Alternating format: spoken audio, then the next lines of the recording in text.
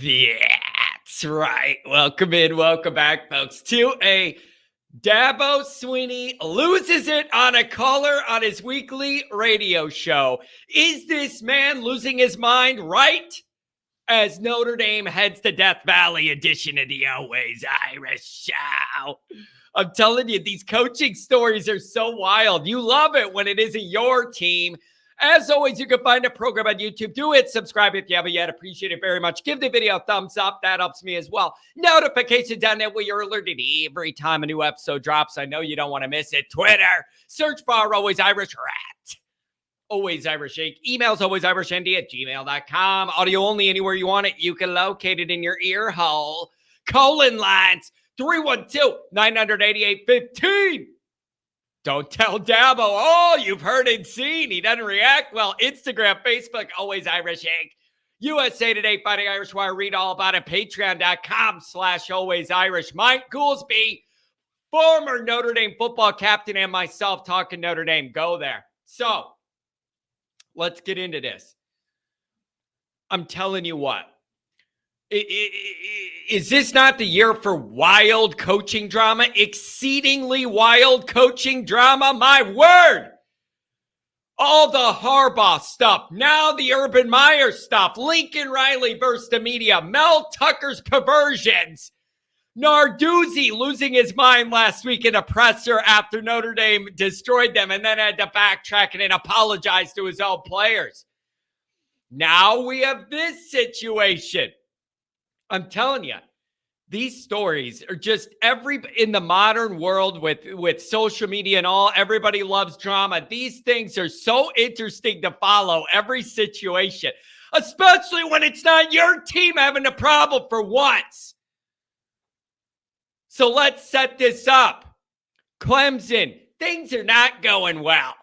They're 4-4. Dabo's taking heat, coming off a bad NC State loss, and you got Notre Dame coming to town.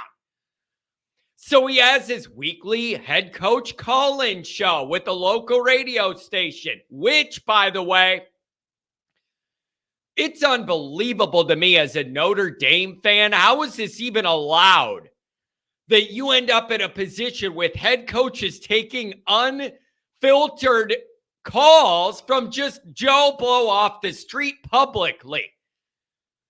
I'm surprised that this even still exists the way I know these PR people like to insulate and protect their coaches. I know Saban has one as well. I've seen clips of that. I'm just shocked that this is still a thing, that anybody can get access to the coach in this way and let something fly off the rip with no insulation. That shocks me.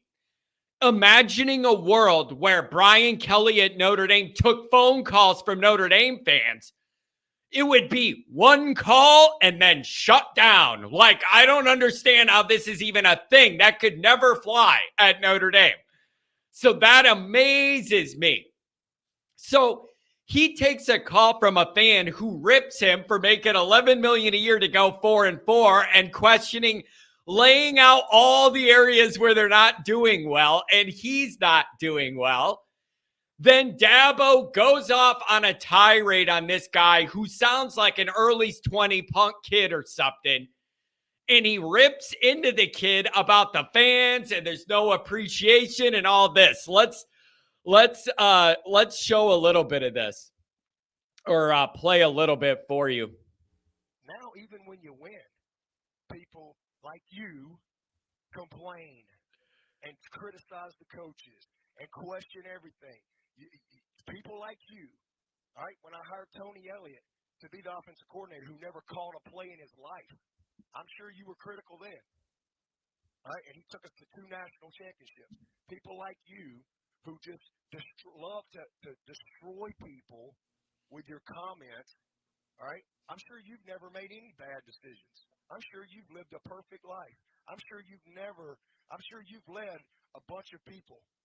I'm sure you do your job in front. So to answer your question, I started as the lowest paid coach in this freaking business, all right? And I'm where I am because I've worked my ass off every single day. And I ain't going to let some smart-ass kid get on this phone and create this stuff.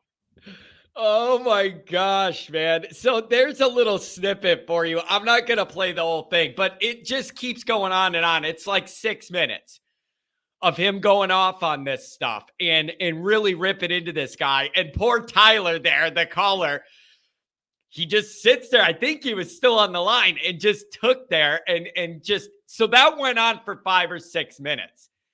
So here's the issue though.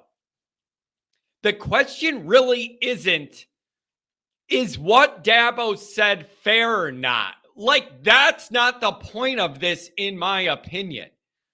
Like, I see people debating, good for Dabo. He's got a point. Look at all he accomplished or whatever. Or people saying, dude, you make that much money, you got to take some shots from the fans when things don't go well. That goes with making $11 million a year.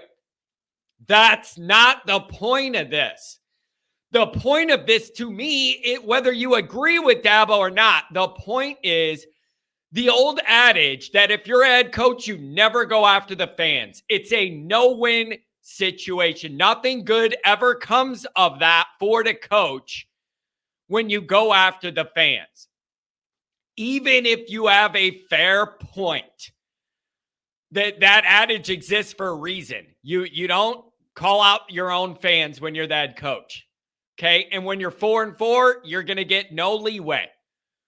All this does when you go after a guy like this is provide ammunition. Now the fans that were already mad, now they feel like, well, he's going against us. They're looking for a reason to be mad at you now. So that's the issue. It's not an issue of if he's right or wrong or if he has a good point defending himself. You always end up losing when you're a head coach going after the fans. So he's clearly struggling big time.